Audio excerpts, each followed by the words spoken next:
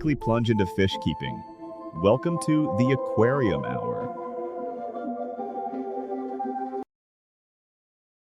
Hey everyone, I'm Maya Chen, and I'm absolutely thrilled to be here talking about one of my favorite subjects, saltwater aquariums. I literally have test kits organized by color in my cabinet, and yes, I do name them. And I'm Steve Jackson, resident DIY enthusiast who's never met an aquarium problem I couldn't solve with some PVC pipe and maybe just a touch of duct tape. Though Maya usually gives me that look when I mention the duct tape part. Because duct tape and saltwater are mortal enemies, Steve. But speaking of enemies, let's help our listeners avoid making some common beginner mistakes. First things first, size matters. What's your take on minimum tank size for beginners?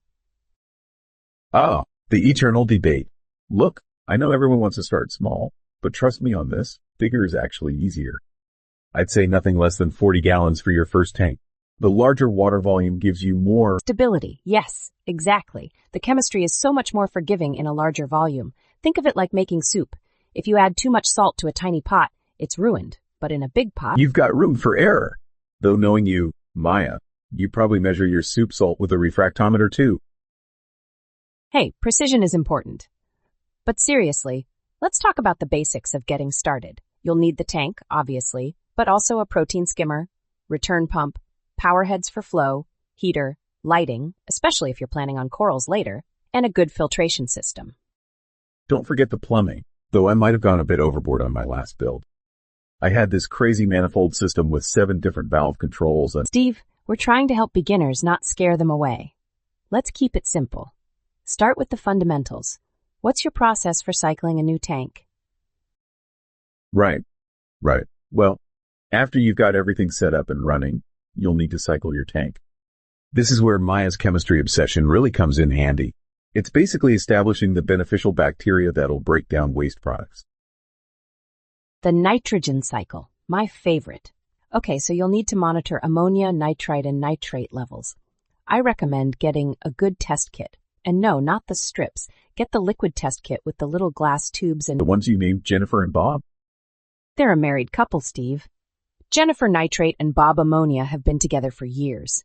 But anyway, the cycling process usually takes about 4 to 6 weeks. You'll see ammonia spike first, then nitrite, and finally nitrate.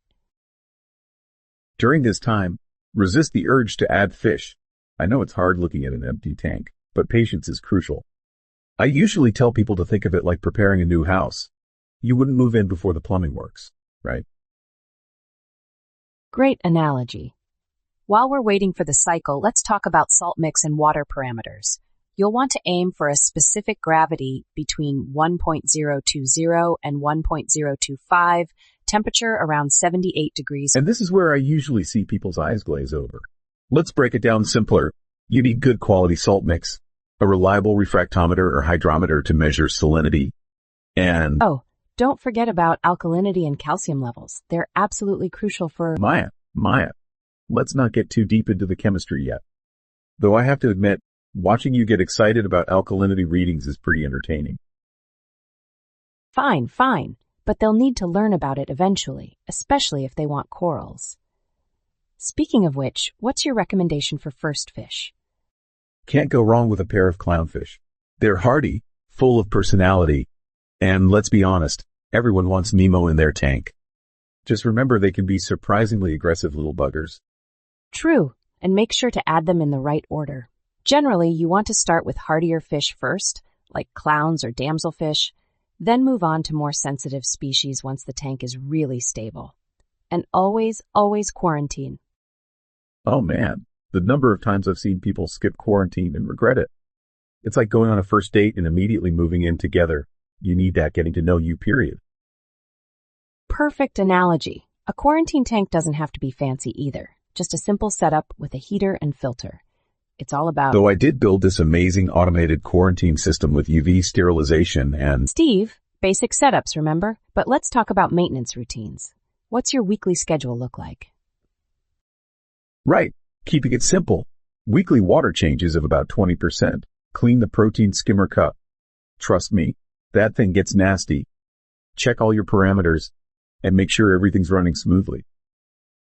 And don't forget to top off with fresh water daily to combat evaporation. Salt water doesn't evaporate, just the fresh water, so you need to maintain stable salinity. I actually have an automatic top-off system that Uses an Arduino controller with triple redundancy sensors?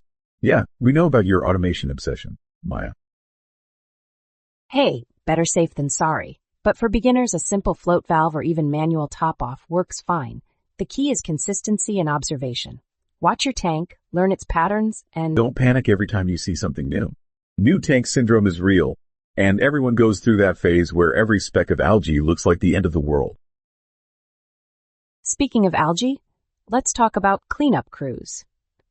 You'll want a mix of snails, hermit crabs, and maybe some nacerious snails for the substrate. They're like your tank's maintenance staff. Just don't go overboard.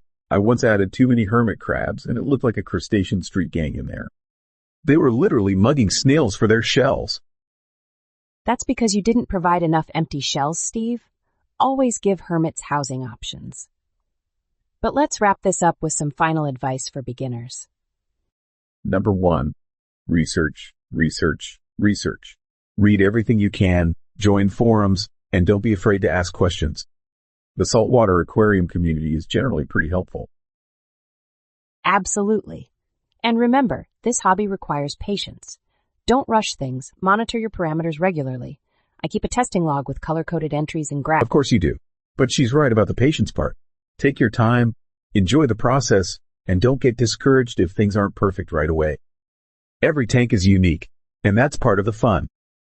And remember, while all this information might seem overwhelming at first, we all started somewhere.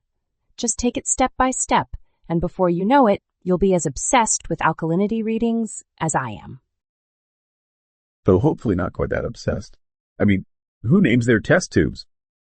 Hey, Jennifer Nitrate and Bob Ammonia are valued members of my testing family. But seriously, starting a saltwater tank is an amazing journey. Yes, there's a lot to learn, but the reward of creating your own thriving piece of ocean is absolutely worth it.